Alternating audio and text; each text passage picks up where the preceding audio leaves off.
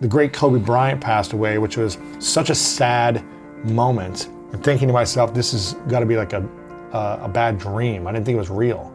Someone messaged me this morning and saying, Lewis, what gets you motivated to wake up every morning and be excited about life? And I was just like, I think you got to have a dream. The School of Greatness. Really? Yeah. Please welcome Lewis Howes. Welcome everyone to the School of Greatness. This is top lessons and highlights of 2020. I'm with Matt Cesarato, the guy who runs School of Greatness. And we were just spending the last day reflecting on the biggest things that happened this year and the biggest lessons. We were doing this with our team call as well, talking about everyone sharing their biggest lessons of the year. So I wanted to start with the highlights, because this year has been a little crazy for a lot of people. But we reflected back to January 5th of this year, and we went on a trip to Poland. This is one of the top highlights of the year. We went to Poland. I took 13 of us, a collection of great guys, went to Poland, trained with Wim Hof, and it was a crazy 5 days, unbelievable experience. It felt like it was 3-4 years ago. It feels like, yeah, feels 3, like 4, forever 5 years ago. Feels like it was if so you told me long it was ago. 5 years ago, I'd be like, absolutely, it was 5 years ago. But it was the most incredible experience. I mean, it was probably the most challenging experience I've ever had in my entire life, physically.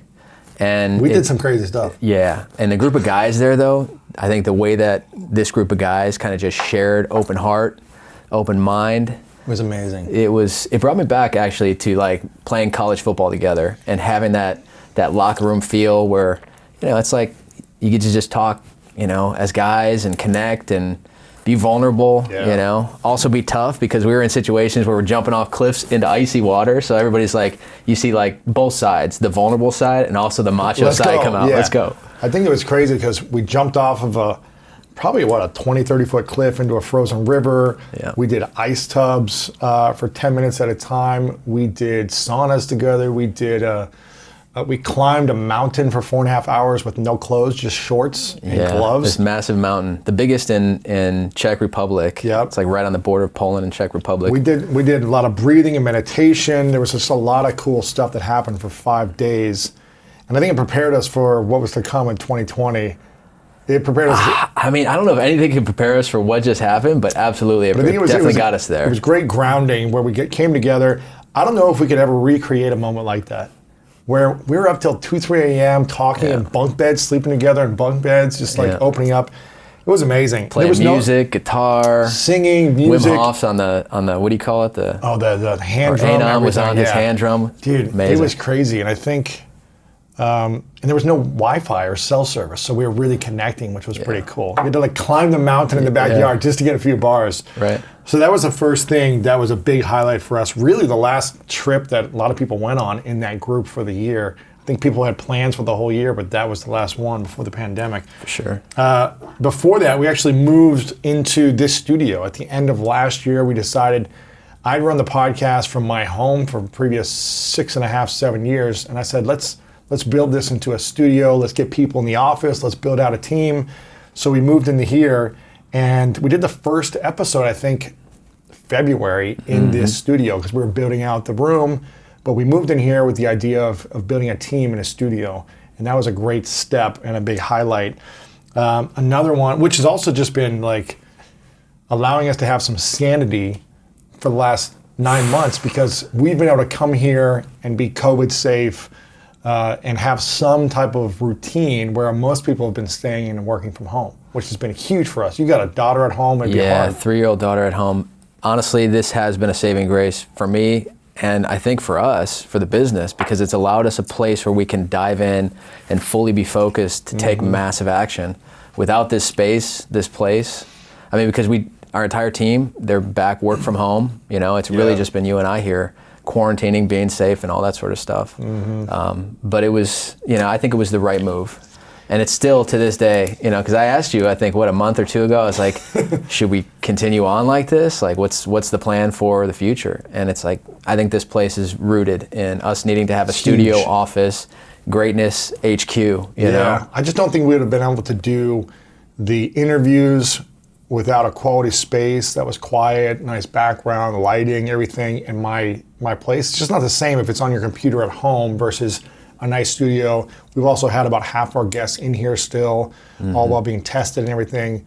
We also, running live webinars. We did more webinars this year, having a place to do that. So I feel like it's been a game changer for us. I've got a question for you. I mean, what's it been like for you to detach? Because you've worked from home I know. and had the studio and this entire podcast since 2013 out of your home, and this is the first year. What was like the number one takeaway or win for you in getting out?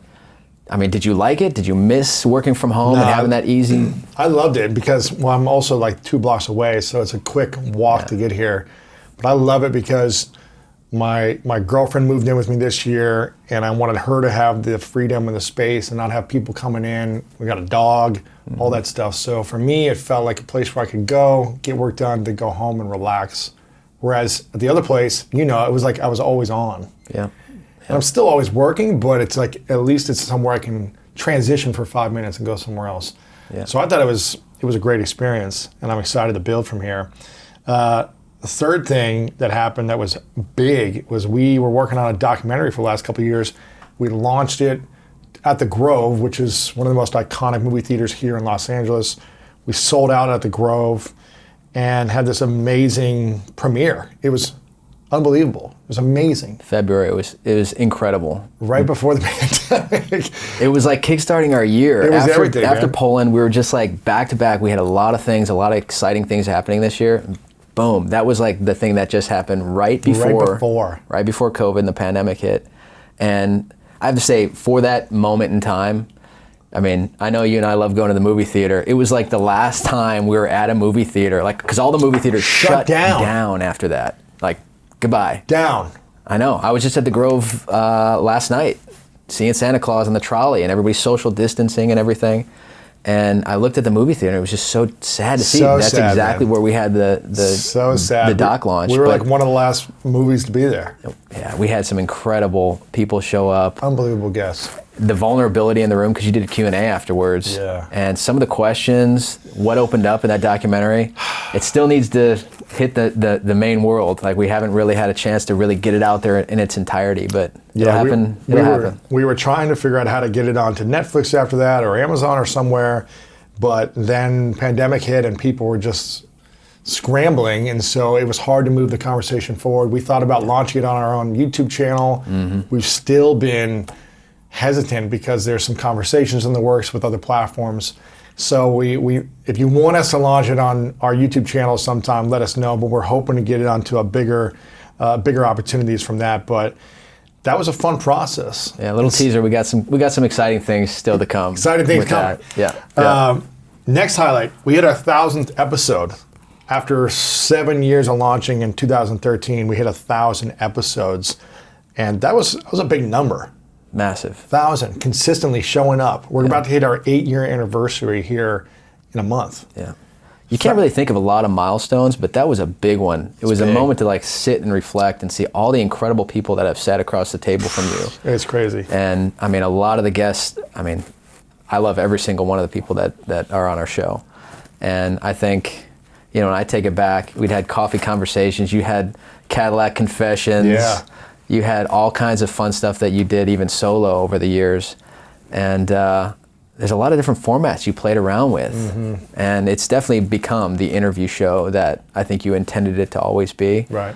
It's also got a little variety, a little spice, a little coffee conversations. And this year we're looking to do some other formats as well. So into the next year. But we crossed over 305 million downloads and viewers on both YouTube and audio of the long form content. That's not including all the social media views, little snippets and short things like that, but over 305 million views and downloads. That's humbling. I mean, I'm sorry, coming from Ohio, playing college football together, would you have ever thought Never. That we would hit 1,000 episodes, or I mean, even the bigger number, the 305 million, as of the numbers we pulled today before this episode, yeah, 305 crazy, million unique listeners or viewers of the show. It's pretty crazy. I think it's incredible. It's crazy to think about.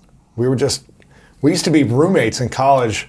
We were splitting a $250 apartment together, paying $125 each. Thanks to your brother Chris. I mean, he found this place. $125 a month back then. Each. It was like In my mind, it was big. It was still like something to write that check every month, you know? We were in 21, college. 21, 22 years old. Student loans and Not everything. never really making any money. We were playing college football. That was our job. So it was fun coming from there.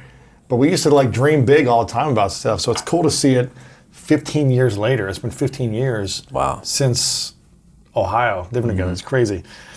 Some notable guests we had this year. We had Kevin Hart, Matthew McConaughey, Rhonda Byrne, the creator of The Secret. There were 35 million copies sold for that book.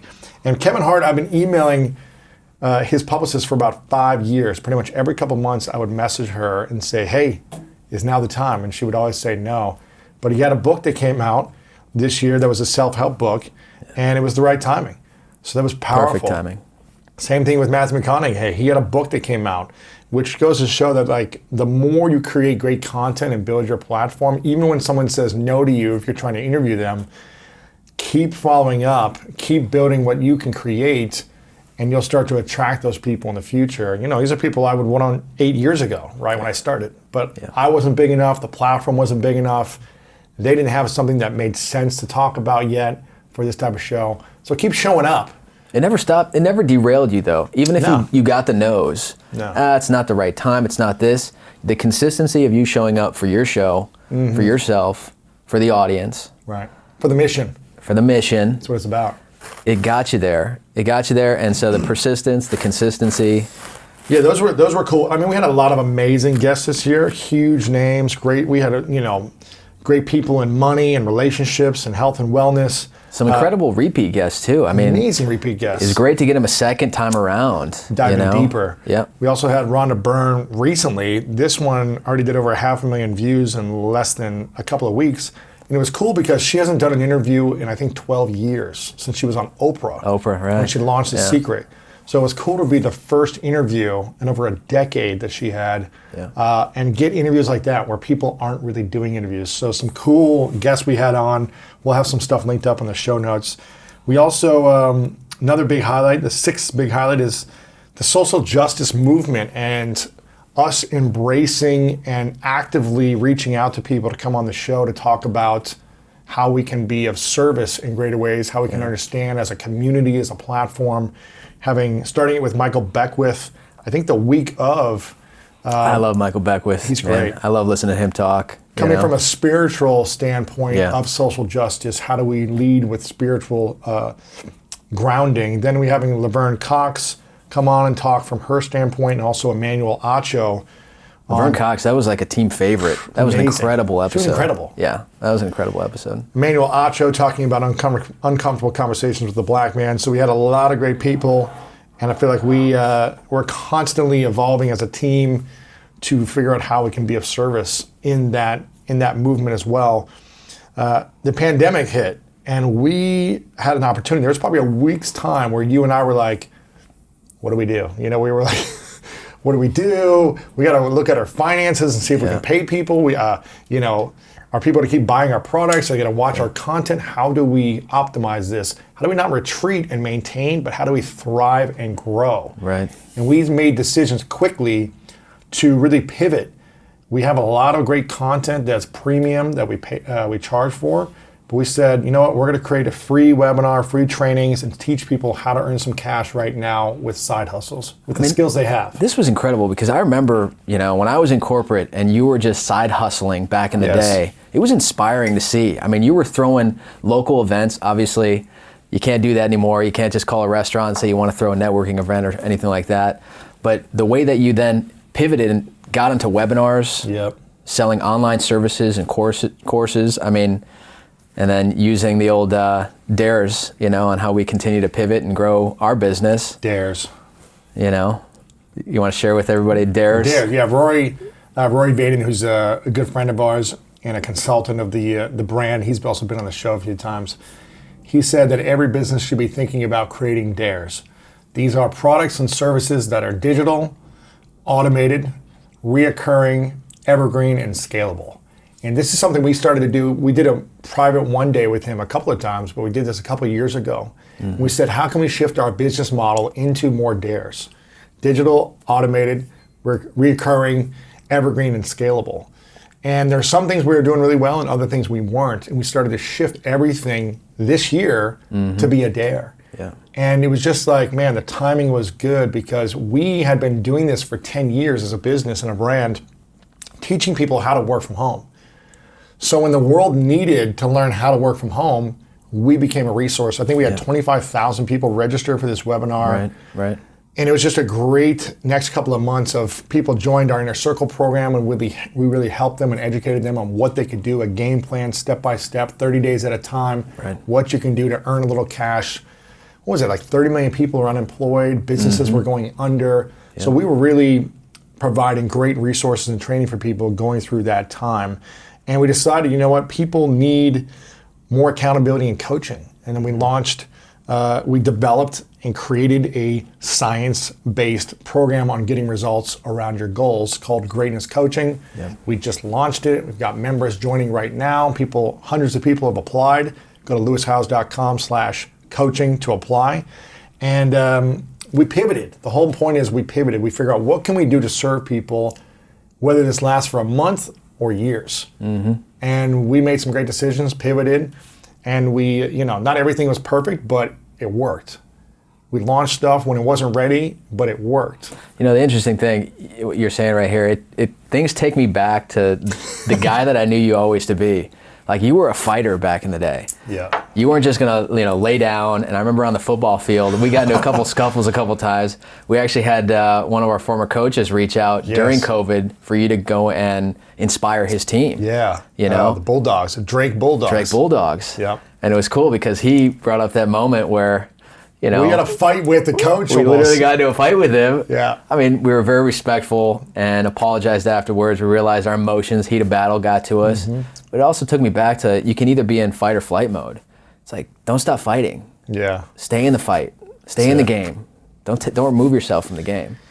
Yeah, I saw this somewhere recently. Someone said, if you maintain, you're dying. You can't be maintaining or trying to minimize. You need to be thinking, how can I grow during this time? If you maintain. Scarcity or abundance mindset. Exactly. So you've got to be thinking, how can I optimize and grow during this time? Another big highlight, a few more highlights, YouTube.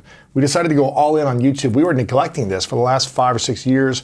We started creating video content for the show. Before any other audio program was really recording them on video, most people were just launching podcasts audio only. We decided 5 years ago to hire someone to film. And Tiffany was with us for about 5 plus years. She was filming all the content. And shout out to Tiff, we miss you. Tiff Tyler. We filmed it all, but we weren't optimizing it. We were just throwing it up on YouTube, and we would get, 1 million views a month, 1.5 million views a month, just by having great content out there. This year we said, you know what, let's optimize this. Let's really go all in on YouTube. Shout out to Evan Carmichael, because I was actually in Puerto Rico doing a mastermind with Brendan Bouchard, and we flew over there, did a few days in Puerto Rico. I think it was end of January, February? It was in middle of January, I think. Right after Poland, I went there. Yep. And Evan Carmichael, who's this YouTube expert, he is telling me, Lewis, you got to go more all in on YouTube. He's been telling me this for probably 3 years. Right. He's been constantly telling me this. I failed you in that too, because I remember we had this conversation 2-3 years ago. Easily. Where we could just tweak and focus on a little bit of growth hacking on YouTube. And we just, we weren't at that stage. We weren't at that stage. And but this year pushed us into places we needed to be. Well, I think seeing him, and also my girlfriend, Jeanette, she was telling me, she's like, why aren't you monetizing YouTube? Because we didn't have ads turned on for 5 years. Right. So we never made any money with YouTube. She's like, why aren't you monetizing this? Look at what I did on my YouTube channel. So I watched her on her YouTube channel. I was like, huh. And then Evan was showing me his stats, and I was like, man, we should just try this more. Let's just see what it feels like for a few months. And we went all in on YouTube, and we've overall, this year alone, doubled the views from the last lifetime of being on the channel. What, we tripled the views from last year? Is that right? Yeah, and we 2019, we tripled the subs, subscriptions, and views. And the views from last year. From 2019 to 2020. And we're not even out of 2020 yet. We're not even done yet. So it was a huge, and it was really not until the last 4 months when we started to see the results pay off. So obviously we have, 800 or 900 videos on YouTube of just great content. Now we're optimizing it. It's kind of like you go back if you have 1,000 articles on your website, but you never wrote them in the correct way. It's going back and kind of optimizing them for the algorithm and the search engine to do its job. Growth hacking is real. It's real. And so it's been amazing because so many people will message me now, or even at the mall recently we were at, people will come up to us and I'll be like, hey, where'd you find out about the School of Greatness? So many people are saying YouTube. I'm getting messages all the time, YouTube, they're finding us. So we're gonna be doubling down on YouTube next year, which is another big highlight of ours.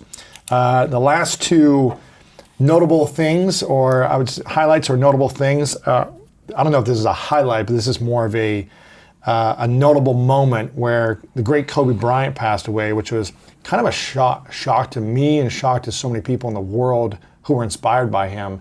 Such a sad moment. And for me, it was, again, emotional and sad. I just remember being on a TV watching this and thinking to myself, this has got to be like a bad dream. I didn't think it was real.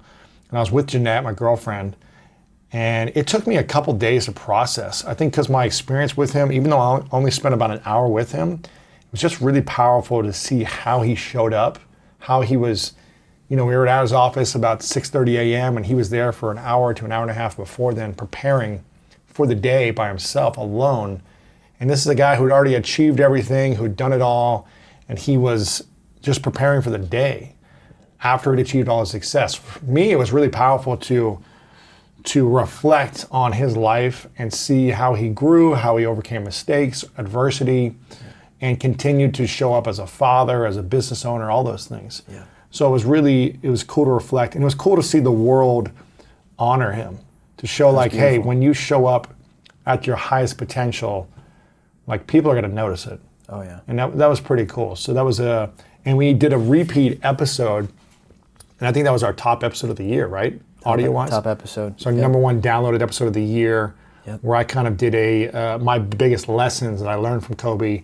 We shared the interview, and it really impacted people who were listening to it the first time or listening to it again. So if you haven't checked that out, make sure to check out the Kobe episode we did.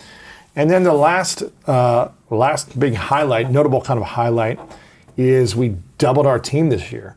You and I have been talking for years about, do we just hire contractors and agencies and keep it lean? Or do we really build a team in-house that is committed to a greater mission and a cause, who are all in invested on the same thing, in collaboration all day long? And we decided to do that. So we've been hiring, we've been building the team. Some people left the team, new people have joined, and we're just all in on building this team to serve the mission.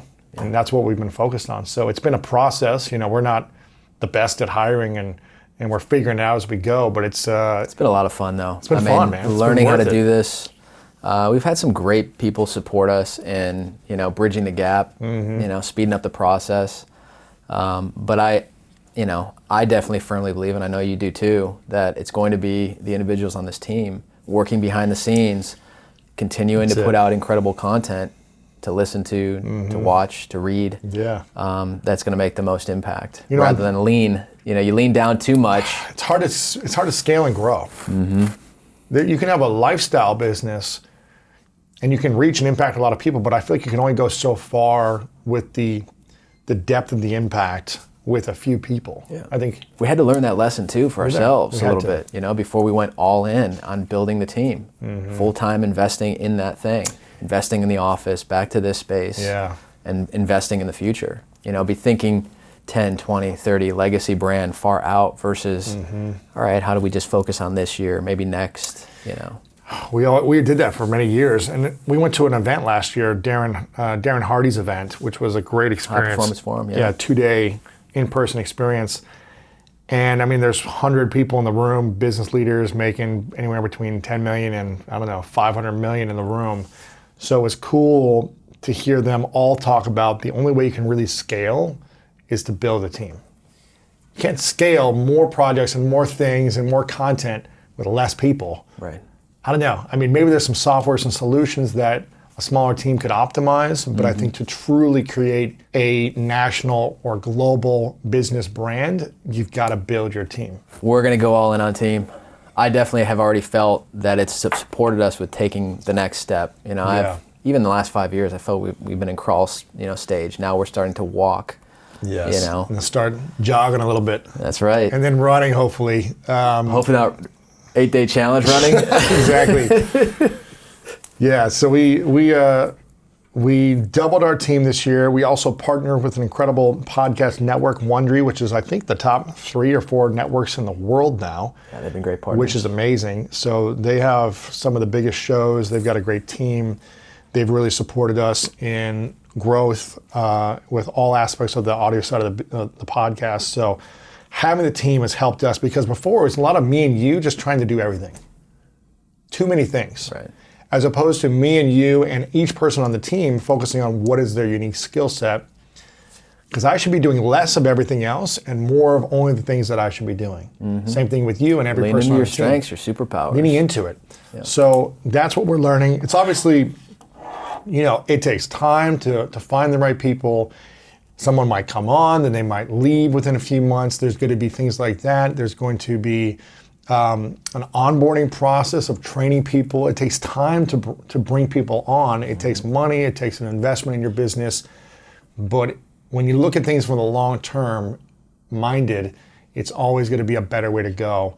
And something that we found out is making sure we find people who fit the culture. I was just about to say that. I was Culture. hoping you're going to say that, yes. Culture is key. Even on our team call this morning, multiple members, one specifically called out the fact that this is such a different environment that we create, that you create, a safe space, a family environment. Even though we're growing, I mean, our team is now at the stage where we're in, double digits, whereas when I started in 2015, we were 5, 6 of us? Yeah.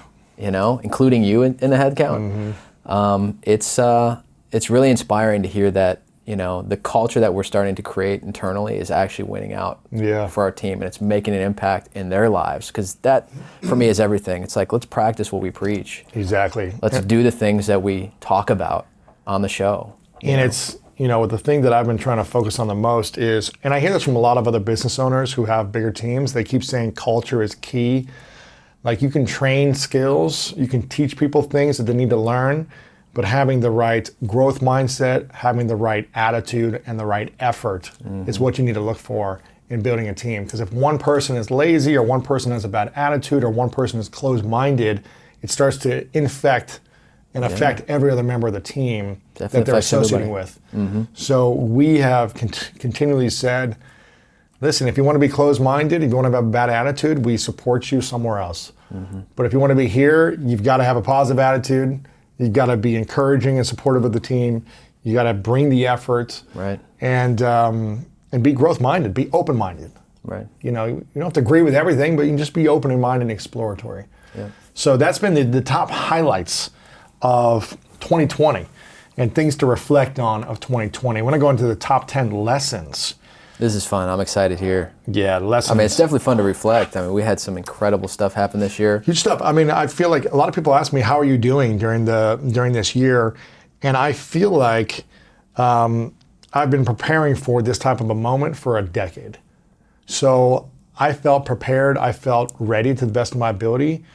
And I felt that way because I had you on my team together where we were on the same side. And we were both prepared. I think if I would have been running this business alone, it'd have been a lot harder, because you got to manage a lot of moving parts and stresses. So having the right people on your team who are also prepared is big, and making sure people are up to the level of your vision. But the number one lesson is health is the most important. We saw so many people getting sick this year, so many people unhealthy who attracted COVID and got COVID. Unfortunately, a lot of deaths this year. It's tragic. A lot of people just sick in general. Not only physically sick, but emotionally, mentally sick, and not healthy in general in their life. Yeah. You said this a lot to me. You said, ultimately, if you just start to uncloud your mind as to what the most important things are in your life, it really gets rooted in one thing. Health. If you're unhealthy, you're unhappy, that becomes your focus. You have to get out of that place. Like that's the number one thing is focusing on your health. Yeah, and we'll say this all the time. Like you could be the richest person in the world, but if you're sick and have cancer, you would give it all up to be healthy. Like whenever we've gotten injured in the past, it's the worst feeling because you're like, I'll do anything to be able to walk. If you like hurt your ankle, or when I broke my wrist, I was like, this is the worst feeling. I can't do anything until I'm healthy. It's hard to be productive. It's hard to do what you want and feel good about yourself if you're not well. So taking care of your health, and for me, I think about controlling your habits. You can really take control of the habits of getting good sleep. Sleep is the foundation of good health, of drinking lots of water, of eating healthy foods. If you do those three things, you're setting yourself up for a positive lifestyle. If you do the fourth thing, which is movement and physically working out, it's scientifically proven that movement, sweat creates dopamine, which makes you feel happier. Those four key components, the basic foundations of health. And that's important. You hit it right there. Happiness. Your mental health. Like this is also about mental health. We're talking about. If your mental health is ailing or not there, shift the things in your life that's going to focus on that thing. You know, because at the end of the day, if you wake up and you're not in a good mental space, if you're not positive, I mean, there's a woman that goes to my church.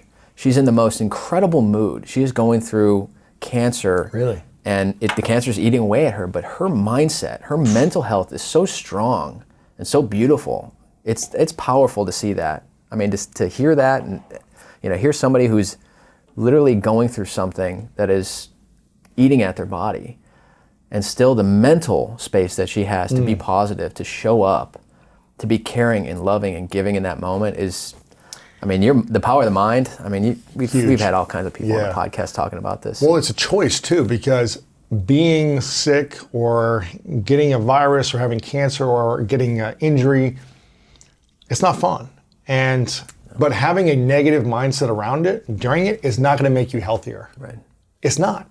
So you can choose to be negative and respond with a negative reaction, or you can choose, it's not saying it's easy to be positive when you have cancer, but it's going to make your experience better. So you have the choice on how you respond. It's not easy, it's hard, Sure is. But that daily choice is your choice to show up and smile, or show up and give to someone else, or show up and walk for 30 minutes, or eat something healthy, go to sleep at the right time. Like those are choices, those habits will dictate your life. So that's number one, biggest lesson is health. And I feel like we've done a good job together holding each other accountable just over the years in general, taking on physical challenges, whether it be going to Poland. Last 2 years we did 29029 with Jesse Itzler, climbing a mountain for 2 days. We run a lot, we work out a lot. So finding someone that you can hold yourself accountable is very helpful as well when you're not feeling good. It's key. So focus on and you health. can push yourself a lot harder than you ever thought. Way harder. Sometimes we do it too much. I mean, I I know. go back to the 8 Days of Greatness I know. I challenge. freaking break my ankles almost. I mean, you got to definitely set yourself some ramp-up period while you're getting Exactly. back into it if you're just starting back up. But I mean, Health should never be a New Year's resolution. It should always be an everyday resolution. Yeah. What am I going to do today to take care of my health? And that might be give yourself a break for one day. That doesn't mean you have to be CrossFit training every single day, but it's what are the decisions that are going to support my health every single day? Don't make this a New Year's Eve thing. Make this an everyday part of wellness your and life. fitness. Have you ever finished a workout and said, oh, I wish I didn't do that? For me, Never. I always tell myself. Unless I got injured, but yeah. Oh, right. I mean, for sure. But other than that, Do it better. Do it smarter next time, right? You always feel better. You definitely feel better. Second big lesson, 2020. We went to Fiji for a private mastermind last year with Tony Robbins and Dean Graziosi. And it was about 10 or 20 of us at the event. And we had this amazing time learning and connecting and all this stuff. But one of the things that Tony continually said over and over is winter is coming. Prepare for winter. And we were all like, how do we know? Like, is that going to be, when does he mean? We were like maybe 5 years away or something. We didn't know winter was coming in a few months. But he was like, winter is coming. Right. Always be prepared for winter. And what that means is I think it's important to take inventory of a lot of things in your life. Declutter your life. Make sure your space is decluttered. Make sure your finances are decluttered. Make sure your relationships are decluttered. your health habits are decluttered. Like, organize your life and be in building and growth mode as opposed to clutter mode. Right. 'Cause sometimes we take on relationships that aren't supportive for our vision or our mission. We have unhealthy eating habits. A lot of people don't even know what their finances are. They don't know how much money they have in the bank. They don't know where their money is going. They don't know how many subscriptions they have. So declutter these things and take inventory of your life, because winter is here and it's probably to come again at some point. Who knows what 2021 is going to bring? It might be worse. It might be better. But preparing for it will make you ready. And I felt like we'd been building for years to be ready for this moment. We had, luckily, cash in our business account, so we didn't have to be one of the ones that shut down like so many businesses. We had enough to pay for the next few months for our team. We had enough to pay expenses. We weren't living month to month because we weren't overspending all the time. And I think there was a lot of people that were reliant, it's not right or wrong, but were reliant on stimulus checks and other support from other people because they weren't maybe prepared at this time. And I get it. 10 years ago, I wouldn't have been prepared because at that stage of my life. But if you've been working for 5 years or 10 years and you haven't fully prepared for winter, then I think that's something to look at within yourself. If you're just getting out of college and you've got no savings, then it's a different thing. Right. And that's why I think it's important to always be planning for the future when something like this will happen again, because it will. Whether that's a housing crisis, the pandemic, a stock market crash, job market, whatever it is, something's going to happen. Murphy's Law. Anything that can will happen. And something will happen. So prepare. And I don't know if the darkest moment is here yet. Maybe it is. Maybe it has been the darkest, but what do they say in Batman? The night is always darkest before the dawn. Is that what they say? Like, it may not be the darkest yet. It's been pretty dark this year. Yeah.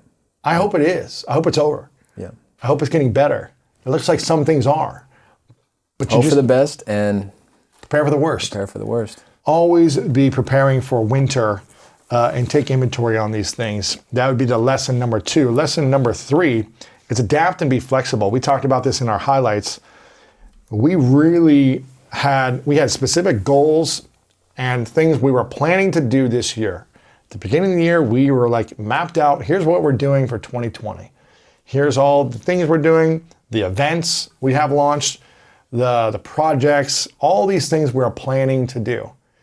And pretty much all of it went away. And then insert any crazy meme you've seen over the past 8 months. Exactly. Yeah, exactly. Throw the paper out. Gone. Yeah. All your plans that you had in your mind. I mean, we had so many people come in here who are friends that were speakers, full-time speakers, made their living, made millions every year off of speaking in front of big events. Yeah. And they had to cancel their entire... Gone. Every speech done. Zero. All their income gone. Zero. For for a year, 2 years, 3 years, who knows? Yeah. The lesson is to adapt and be flexible. The ones who are not adaptive and flexible are the ones that start to slowly go backwards. And we, luckily, again, we shifted. Matt and I really came together and we're like, what can we do to shift? How can we take action now? Not wait and see what happens. If this is what's going to happen, how do we take action now? So you've got to be willing to be flexible and adapt. And don't close yourself off. The one thing I remember you did during that time, you reached out to your network. Yeah. What are you doing? Let's talk. Let's trade information. Collaborate. Discuss. I mean, I have to say that was really powerful to see you just reach out to your network. And obviously I was doing as much diligence as I could on my end, but find out what others are doing and how you can actually handle a situation like this and adapt and grow from it for the positive. Yeah, we had this office and we were planning everyone to be here, and then we said, okay, everyone go home. So it's like we invested in a space. Yeah. Everyone's home now. We weren't able to build the in-person culture that we wanted to after 7 years of being virtual. Now we had just hired someone, and a week in, 1 week, boom, see ya. Go work from home. Yep. So it's hard to build the culture and the community and the connection virtually, but we had to adapt and be flexible. We had to create other ways to do it. It's not perfect, but we're constantly trying to improve that. So that's something you got to be thinking about always. And that's important in your life and relationships. I had to adapt and be flexible in my relationship. It was a lot more challenging in certain ways for personal relationships, things like that. So adapt and be flexible is number 3. Number 4, emotional agility and really embracing change, because this kind of goes hand in hand with adapting flexible. We had Susan David on, I think 3 or 4 years ago, who wrote a book called Emotional Agility. And this is such a powerful skill set. I think if everyone had the superpower of emotional agility, we would all be better human beings. Because some of us are so reactive on our emotions. We don't have any agility. Someone triggers us, we react. We get offended, we get defensive. And that does not support our growth. This does not support people coming together. It's what hurts relationships. It's what causes harm in the world. So learning the ability of managing and being flexible with your emotions is key. Very hard to do when you're set in your ways. Very hard to do when you've had years of patterning. I don't have patience, right? For me, I usually don't have patience. And this year I had to learn to be patient even when I was like, this is madness. I've seen you more patient this year than I've ever seen you in the 15 plus years I've known you. It's so I've actually asked you a couple times this year, how are you continuing to show up with more patience? Like, what is the thing that you're doing in your mind? What's the game you're playing with yourself in your mind? Or is it just, you've been sitting across the seat for so long, 3 years ago, hearing about emotional agility and things are triggered in, this time. For me, it's been reaching out to a lot of mentors, therapists, coaches, and saying, how do I do this? Why is this triggering me more? It's also bringing on people who are experts at this and just taking on one little thing. Like we had Edith Edgar on, who is one of the last Holocaust survivors, talking about this. And I was like, how do you be patient when it just seems like someone keeps getting frustrated with you and their level of reason and rationality does not make sense? How do you stay patient with that? And she was like, I can't remember exactly what she said, but she's like, just smile and act as if just know this is all going to pass at some point. Just smile and just be happy. It's just like these little things that I'm like, but this doesn't make sense. Learning to have new skills and develop new skills and just practicing it one day at a time. Yeah. And saying, okay, I didn't do as good as I wanted to do. What can I do better tomorrow? Yeah. And really making it a priority to learn emotional agility. It's going to benefit your life and the people around you. It's not easy. It's not easy. This is hard. Because I know you and I have relied on each other for that emotional support, even for stuff outside of the office, outside of our professional, careers. And I have to say, I think you and I have even shifted, because back in the day, I think you and I got it. Take the Coach Stepsis, the fight that we got in. Like, I immediately saw you get into a fight and I had your back. I was like, let's go. I didn't care what happened or what it was about. I was just like, no, I'm jumping in. And I think like you and I always react that way for each other as friends. We're like, no, I got your back. They're wrong. They're bad and wrong and I got your back, whatever you say. But I think we're helping each other change the conversation and be more wise about situations. Let me tell you, we're in our mid-30s now. You can't act like you're in your 20s and fight everything just because it feels good to, fight it out. Like, oh, no, I'm not going to let them win. Well, I think you just got to understand the consequences of our lack of emotional agility. Yeah. When you hold on to something, when you harbor something, when you resist something emotionally, when you get angry and resentful, it hurts you. It's not hurting the other person. It might be hurting the other person as well by causing more friction. So when we constantly live in a place of what's the type of life I want to create, what's my vision, what's my mission, how do I want to respond, what's the best version of myself, what would they do? And it's a matter of just reflecting on, okay, I was a 1 out of a 10 in that moment of my life. How can I be a little bit better? What could I do to respond with more love and empathy and compassion? So number 4 is emotional agility, and making sure you are able to not suppress emotions when something tragic happens like COVID or loss of a job or a relationship breakup. Not suppress emotions, process your emotions, but not allow your emotions to overwhelm you so you can't be also productive after a period of time. I think it's also important to talk about. So that's number 4. Number 5, deepen your personal and intimate relationships. I think the world dealt with a lot of loneliness, a lot of depression, a lot of mental health issues this year, and people were isolated. And a lot of breakups in marriages and relationships. And for me, that's a lack of intimacy. That's a lack of communication. That's a lack of creating boundaries as well in your personal relationships, and a lack of really deepening those personal and intimate relationships. And so for me, when a time where the world is more disconnected in terms of not seeing each other in person, more divisive in terms of conversations from the political side of things to everything else that was happening in the world, it caused a lot of unhealthy people, I feel like, mentally and in relationships. So figuring out a way to deepen your personal relationships. And for me, you know, my girlfriend moved in. We had some ups and downs of just like, how do we manage this with the pandemic and all these different changes that are happening in our lives? And it caused friction where we had to really like say, are we gonna go all in or are we gonna bounce out at different times? And us both coming together and say, what do we do to deepen this intimacy? How do we really listen to each other and connect as opposed to fighting? That was a huge key for me that allowed me to have that kind of connection and deeper intimacy. So how did you feel about this? You know, it's interesting. This really hits me in the moment. My wife reminded me of Summit of Greatness, and Ed Milet was on the stage and talking about how he doesn't go in his house after work and bring his phone in. And I feel like, especially right now, because everyone is at home, we're in a consumption boom that we've never hit before. I mean, everything. There's a reason YouTube is taken off. Yeah. And I feel fortunate TikTok, that we're giving, social media, everything is booming right now. But are we actually deepening our relationships with people, especially the ones we're in the same house with? That's like, key. That is the most important. The people you're in the house with, those are the ones you need to be deepening your relationships. The people that you're spending the most time with on a daily basis, even your teams, the people you work with, use Zoom.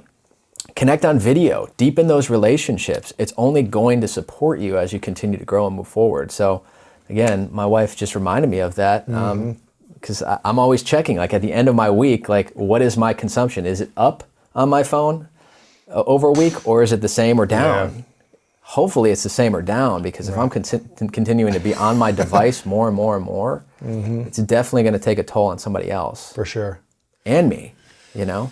So I think deepening your personal relationships, especially the intimate relationships in your life. Huge. I mean, I've got a 3-year-old daughter. She's a sponge. Do I want her to grow up remembering me face down on my phone, you know, when I'm at home? No, you got to spend some time. You got to truly connect face to face and talk and communicate as humans have done for centuries. I think that's huge. And I think also getting clear on who your core personal like friends are, who you really want in your family, beyond your family, like who are those close friends going to be in those relationships, deepen those relationships. I think that's important, is really go all in on those relationships. The 6th lesson is to be led by a mission that inspires you to pursue your vision. And someone messaged me this morning and saying, Lewis, what gets you motivated to wake up every morning and be excited about life? And I was just like, my mission.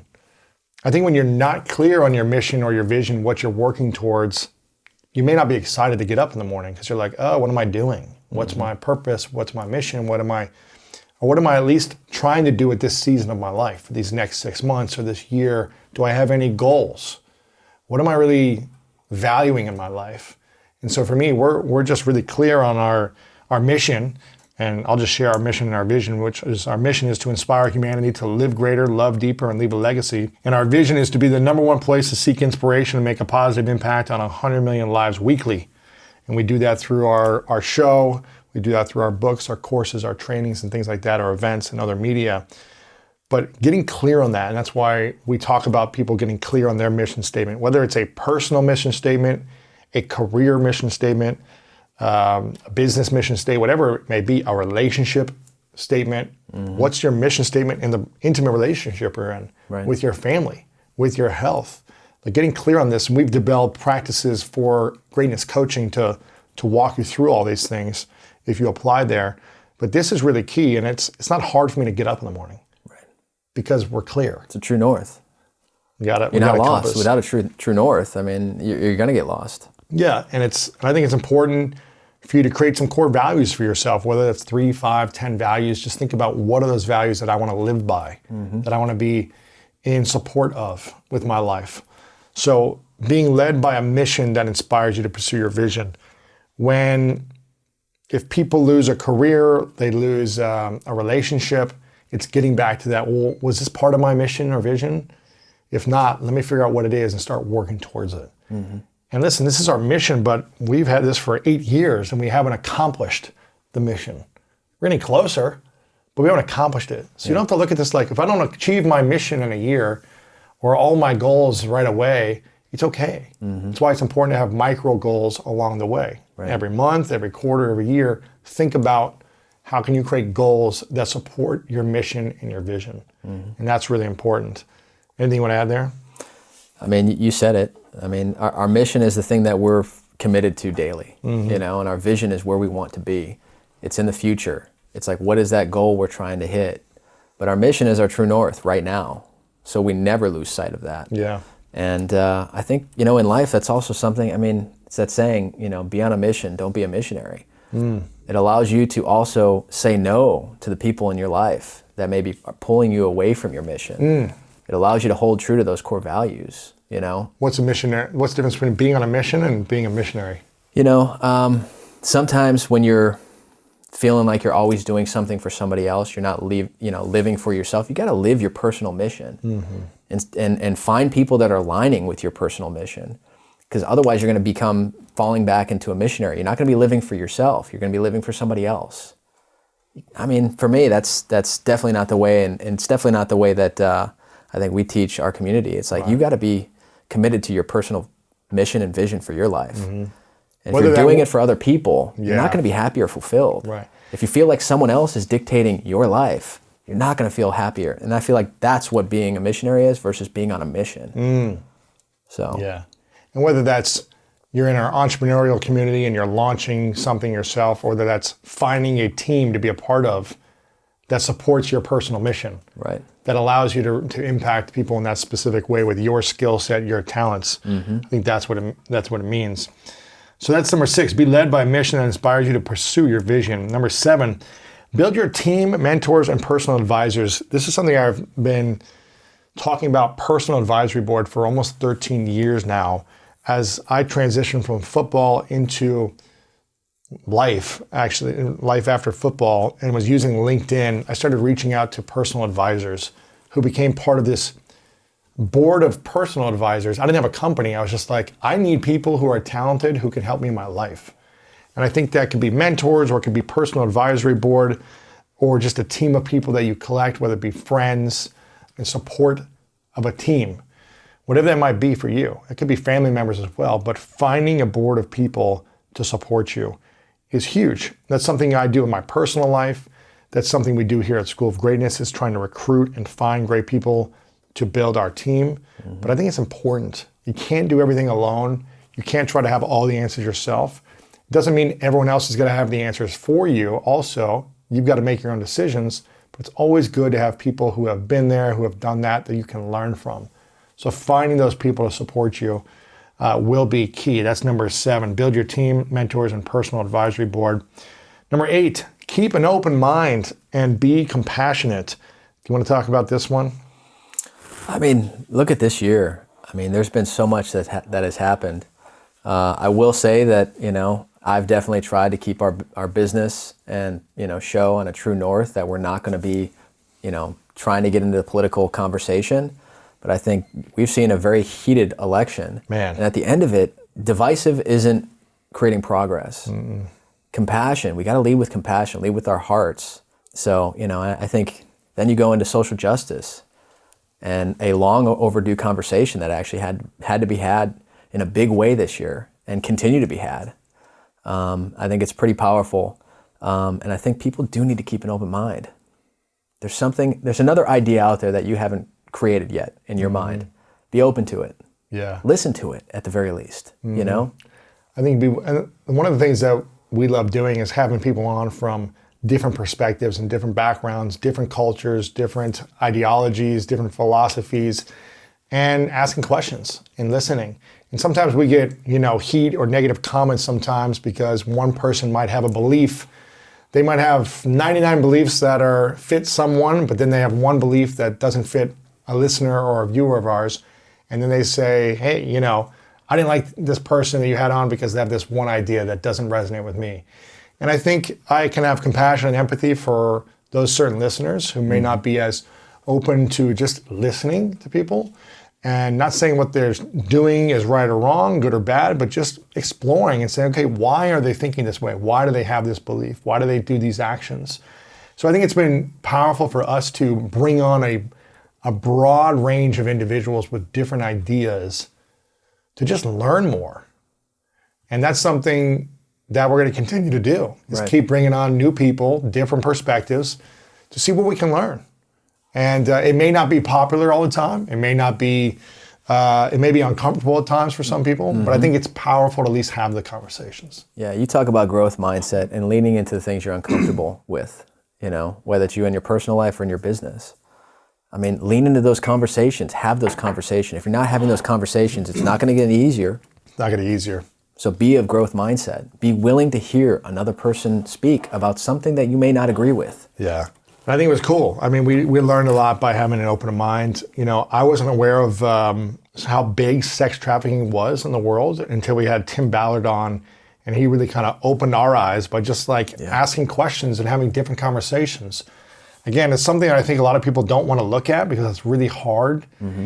But we had him on, and that video did over 1 million views pretty quickly within a few days, and exposed people to a new idea that might be happening in their backyard. We think, sex trafficking is happening in another country somewhere, but it's happening in the USA, it's happening in every country. Right. And just being willing to have someone on to share information and statistics and how big this actually is, an idea like sex trafficking was powerful for our community to learn about that. Doing that with the, people from talking about social justice. We do this on education, a lot of different things we're trying to tap into to learn about and have an open mind about, just so we can try to learn more about how we can be better. I think that's really cool, is having an open mind in your life when you're meeting new people who maybe don't have the same background, that don't look like you, that don't talk like you, being open-minded about people that you meet in your life. And really being compassionate for people. And I've always noticed you've always had a curious mind on many, many, many topics.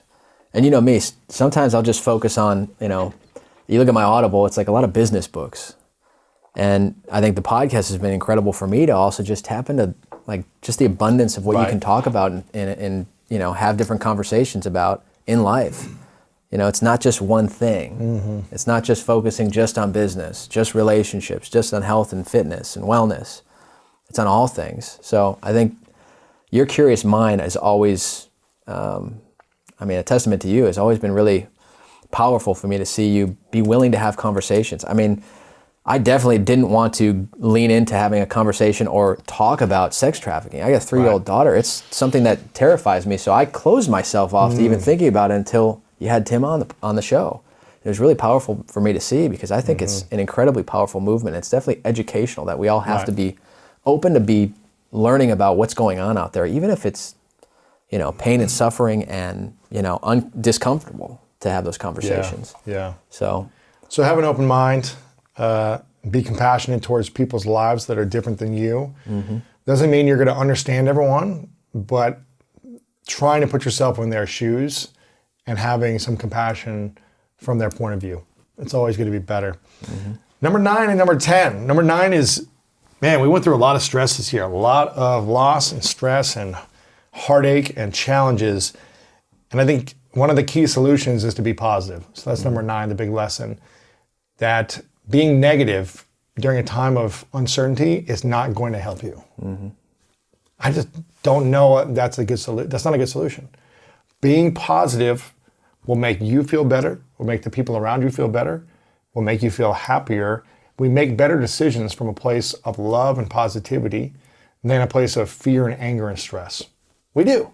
So be positive. It's hard. And I'm not saying you have to be this fake positive person every day when something tragic happens. That's not real. That's not authentic.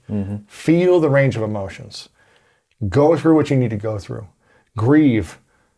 Be frustrated, be angry, be upset, be hurt, be sad. That's okay. It's all good things to feel. But then lean back into your mission. Okay, how could I take a step forward? And maybe it's going to take a few days or a couple of weeks for you to process certain things. We're all different. I get it. But do our best to be positive. Do our best to be grateful. Even in the worst of times, what can you find that's something to be grateful for? How could you be grateful in a moment of extreme pain if you had to be? Mm-hmm. It's even shifting language, Lewis. I mean, we talk about it, with some of our team and ourselves, It's like, I have to do this. Mm-hmm. What do you tell me? You don't have to do it. You get to do it. Yeah. And then go beyond that. You don't just get to do it.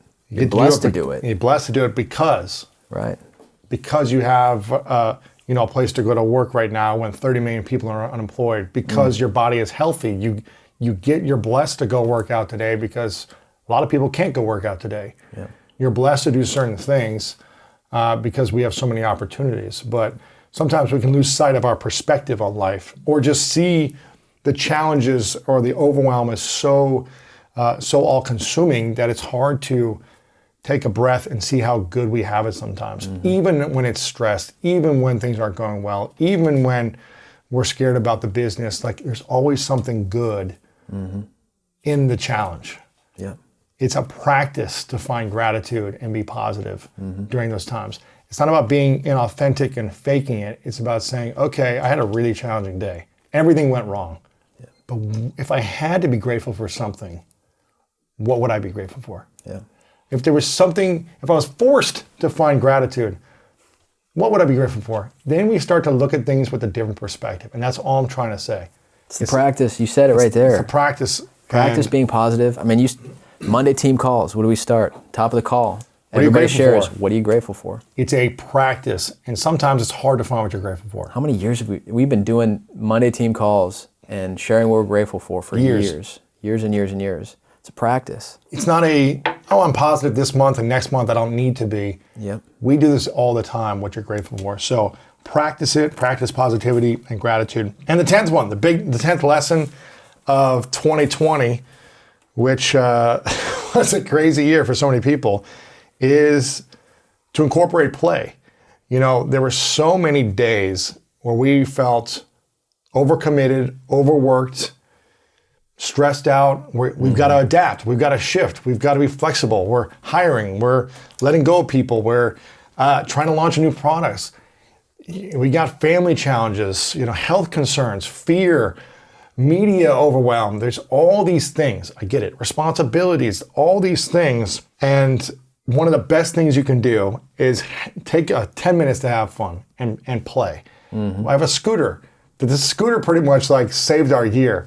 The year of the scooter, because we would stop in the middle of the day for 10 minutes and play little games with the scooter to try to scoot around the office and literally just be like a kid for 10 minutes and say, we're going to scoot around and see if we can get around the whole office without taking a step and make a little obstacle course. Just silly little things. Make a game out of it. Be a kid. That incorporate play. And I'm telling you, it lifts your spirits, it lifts your positivity, it lifts your energy. When things seem unbearable or stressful or overwhelming with home or work or health, whatever it may be, play. You've done it to me for 15 years. 16 how many years. 16 years. Play. You would run into my dorm when I'm studying and go, let's stop studying. It's time to play. Let's go have fun. Let's go do something. And still to this day, whether it's throw the frisbee, the little scooter game around our, studio here, it definitely supports, you coming back to the thing you were working on, or it supports, you coming back to the thing that you were struggling with. It breaks it up. I mean, I remember when COVID hit, you did a couple, Instagram dance parties with people? Dance parties. We would just turn the music on and you'd go live on Instagram and just do a couple dance parties. Yeah, it just breaks it up. It just does something to break up the energy and support you with gaining momentum again. Exactly. And I think life without play is not a meaningful life. That's why you probably, with your daughter, you guys are playing all the time. When you go home, it's just like play night. It's the most beautiful thing to see your kid play and just make play out of nothing. Nothing. Sometimes she'll just be talking to herself in her mind about, I can't even make 2 cents of it, but it's the cutest thing because she's just having so much fun. She's creating joy for herself in a moment. Out of nothing. Out of nothing. out of a string, out of a little ball, out of Right. something. Right. Putting a cup on your head and acting like you're a different person. Like, bring back that childlike curiosity that you have and cultivate more play in your life. I think, again, positivity and play go kind of hand in hand. They're different. A positive mindset in times of stress is powerful. Play is really healing in a lot of sense. It's helpful for your health. It's healing for your body, your mind. And, it doesn't need to be all work and stress and overwhelmed feeling. You can make it a lot more fun if you incorporate play. Even if you feel like you've got a lot of work to do, you can still have fun with it. Everything you do could be fun. Imagine, even the most mundane, boring, most challenging things that you could do throughout your day, you could make them fun if you choose. You could put on music and listen if you needed to. You could create a game with it. You could time yourself and see how fast you can complete something. You can do all these little things to make your day be playful, even if it's not exactly where you want to be in your life. Even if you're on the journey to where you want to be, you could still have a lot of fun in that process. It's not easy, but it's worth it.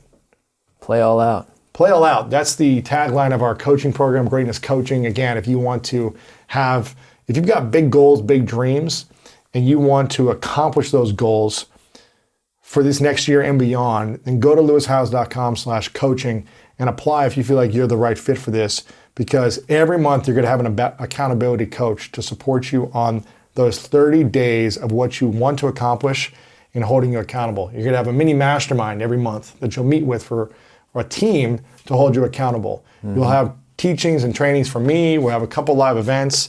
It's going to be a powerful experience for a year-long experience. So I highly recommend you go there. If you're looking to take your business and your life to the next level, go to lewishowes.com/coaching and invest in the accountability, the play, the team, the coach that you need to support you in your goals for next year. Play all out is the key. These are the big lessons for the year, top 10 lessons and 10 highlights of our year here at School of Greatness. It definitely hasn't been easy, but it's been worth it. We've grown, we've developed new skills, we've had to shed old habits. We're still not perfect and still learning and growing and optimizing. And I think that's the beauty of life. Every year when we do this, we think about how much we have grown, and yet there's so much more to grow into every year. Always. 2021 is going to be, we said 2020 was going to be our biggest year ever, and in a lot of ways it was. Yeah. And how we could develop and grow. It was one of the hardest years ever, but I think we as a team stepped up and said, how are we going to thrive during this time and focus on the mission even more, which is serving people. How do we show up for others? Make sure we take care of ourselves so we can show up for others more. And Be on a mission. Be on a mission. Maniac on a mission. And 2021 we have big plans. We got some big goals, big plans. And who knows what's in store? It could be the smoothest, easiest year, or it could be even more challenging. We don't know. But what I do know is we're prepared for anything. We're ready to take on the challenge. We're excited. We have a positive mindset. We're going to have fun no matter what. Even if it's challenging, we're going to do our best to have fun. It could be the darkest dark, and we are going to have fun. We're going to do our best. We are going to have fun in our minds, in our hearts. That's it. That's all you can do. Can't take that away. I mean, Dr. Edith, come on. She's great. Probably the most powerful episode I've heard on the School of Greatness. Talking about how she thrived in the Holocaust. I mean, no one's really thriving, but how she had compassion for the guards who were killing her family. Gives me the goosebumps. That's crazy. Incredible. How can you have compassion for someone who killed your parents and essentially imprisoning you for over a year and treating you like less than animals? So for me, if someone like her can learn during the darkest time and find play and fun in a concentration camp when you don't know if you're going to die the next day, right? That's another level. I don't know if I'm there yet, but it's another level of growing every day, learning and compassion and growth. So 2020, we appreciate you for the lessons you've given us. We are grateful for coming out of this stronger and hopefully more skilled and prepared for future winters to come. We had some great relationships. We had some great time, some great content. This community on the School of Greatness has grown tremendously. I'm grateful for all of you who decided to come here and show up and listen or watch and educate yourself for how you can become better. I think that's been a beautiful thing, is the community stepping up, just seeing your emails, seeing your messages on social media. We really appreciate your engagement, your continual support. So we read those every Monday on our team call. We read those, yeah. So if you haven't yet, make sure to subscribe on YouTube. Leave us a comment below if you enjoyed this. Share a little comment, subscribe on YouTube. Also, subscribe on Apple Podcasts, Spotify. Leave a review. Those reviews really help us with our team. They help our show grow. So every time you click the subscribe button and you leave a review, it helps reach more people and build this community stronger so we have a happier, healthier world together. So if that's something that you're up to, then we'd love for you to subscribe and leave a rating and review over on Apple as well. Other than that, any final words, Matt? I'll just acknowledge you for honestly being a big kid and coming with a curious mind. Yeah, having fun. I mean, it's a lot of fun to watch you ask those questions with anybody who's sitting across the table. I mean, it's really powerful. So I acknowledge you for being a big kid and just wearing your heart on your sleeve, being you, being true to who you are, growing every day, pushing me, pushing this team, pushing the world to be better every day. Yeah. My brother. If you're looking for more greatness in your life, make sure to check out this video right here. And also check out our free PDF, The 3 Secrets to Unlock the Power of Your Mind to help you change your life. Download it right here. That really helped with my sanity, to have that sort of something that was so clear to me, that was black and white. I needed that at that time in my life.